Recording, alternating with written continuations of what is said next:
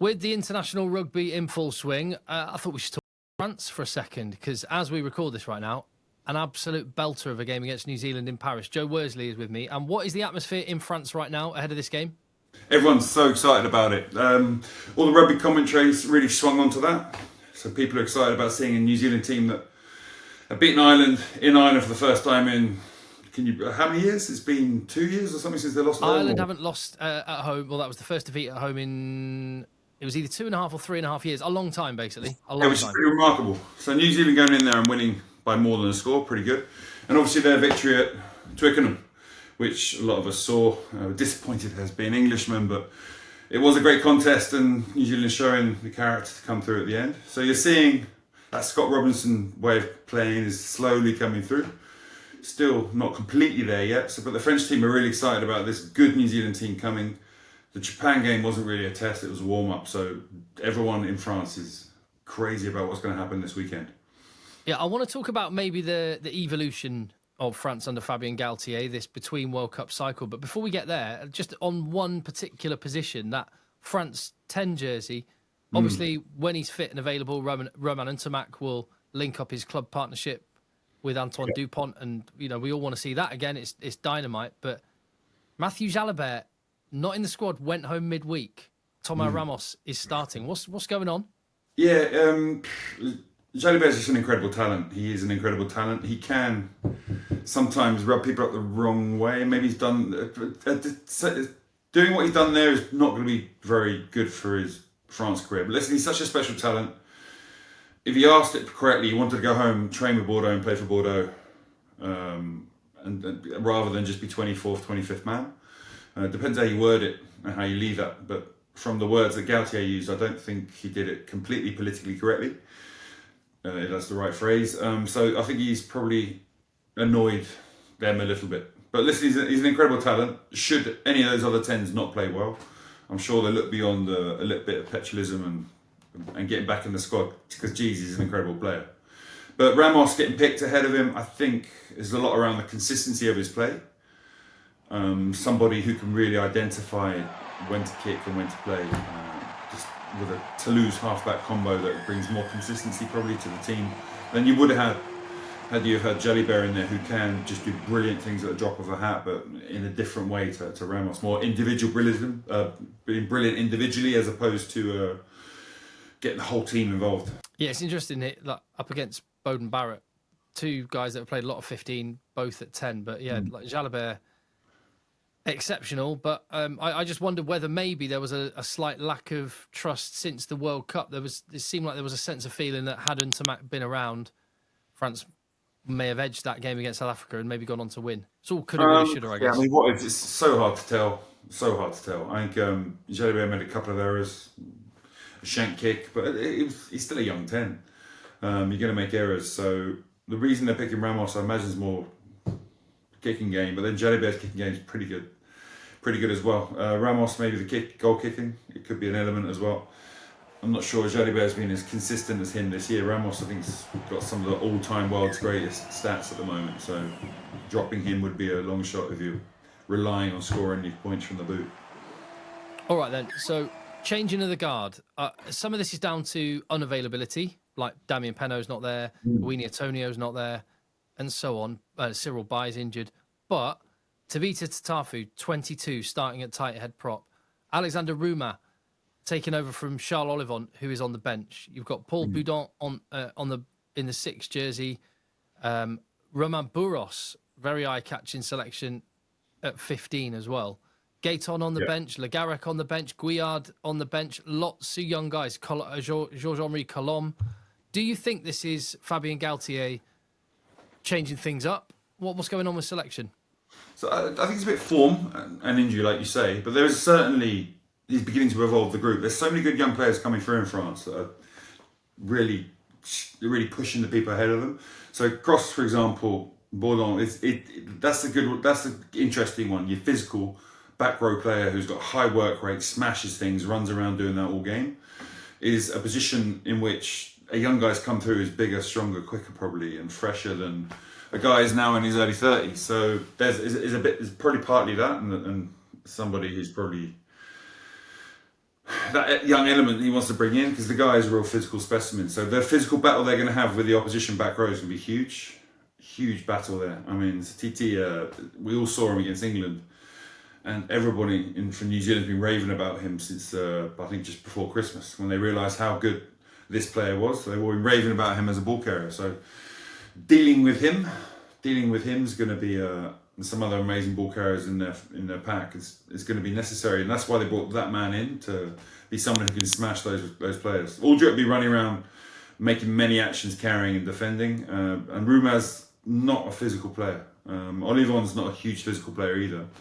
So again, that's a direct replacement. So you got physical back row being replaced, and you got your line out, clever, intelligent line out calling back row getting replaced. So it's two quite big calls. Two players who've been around the squad for a long time. One's been the captain, man. So they're quite big decisions to change those two over. In terms of scrummaging, you've got two relatively inexperienced tight head props. Well, in the case of Tavita Tatafu, second cap, only one previous game against Japan, which you're not going to learn anything about him set piece from that. But so how much do you think, you've seen the top 14 up close, you've played international rugby at the highest level, how much does scrummaging in the top 14 prepare you for international rugby? How confident are you in Tatafu doing a job? Yeah, I think there's a huge number of really good props around.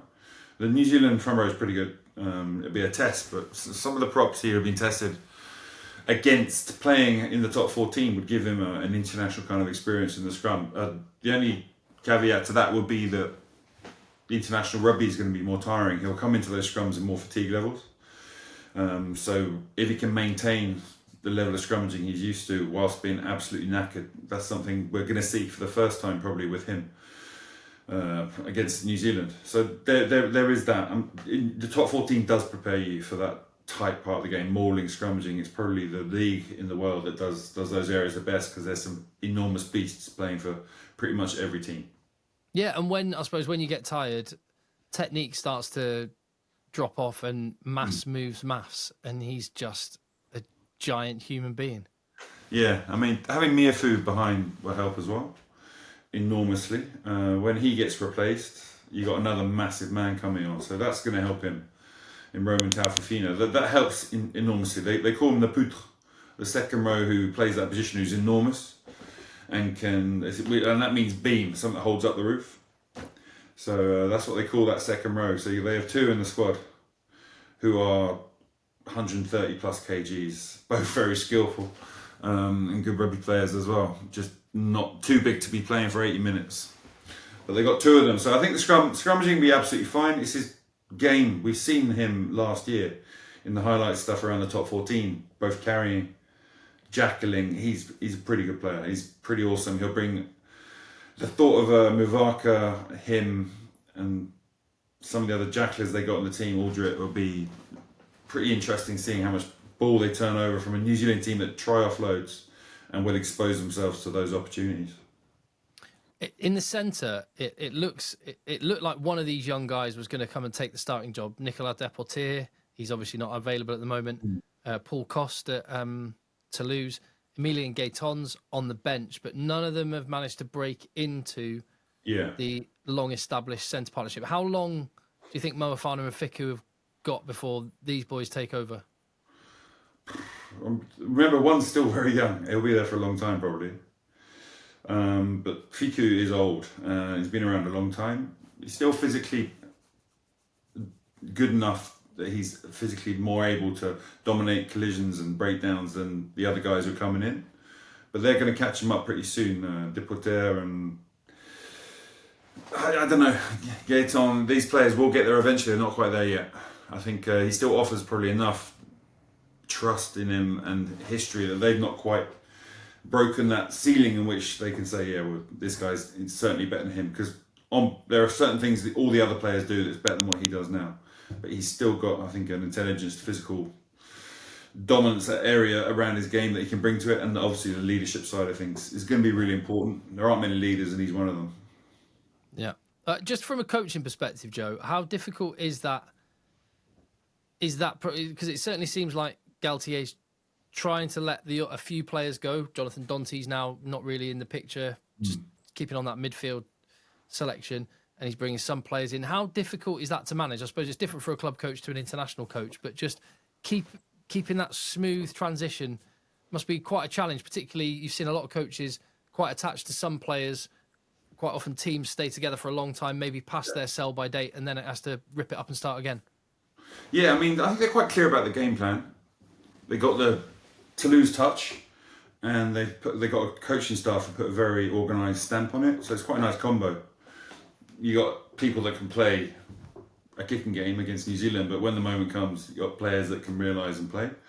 So it's quite a nice combination. I don't think they're going to change that recipe at all. They shouldn't. It's really good.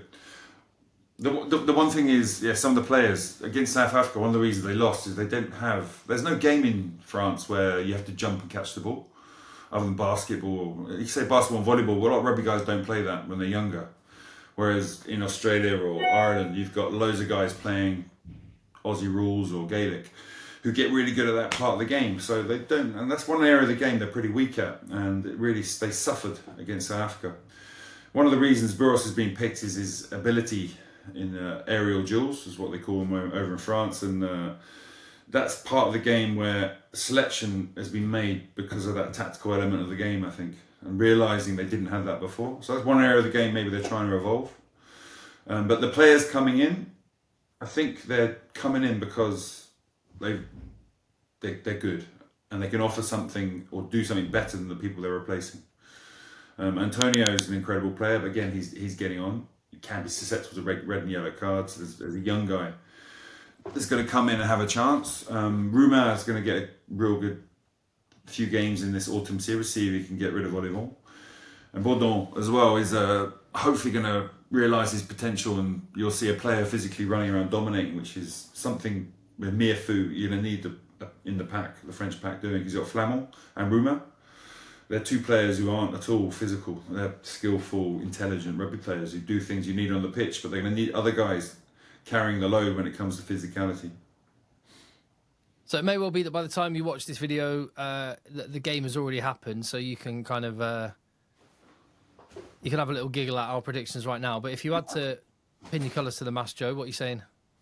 Yeah, I think France are going to win. I think France are going to win, I'd say 30 points to 18 to France.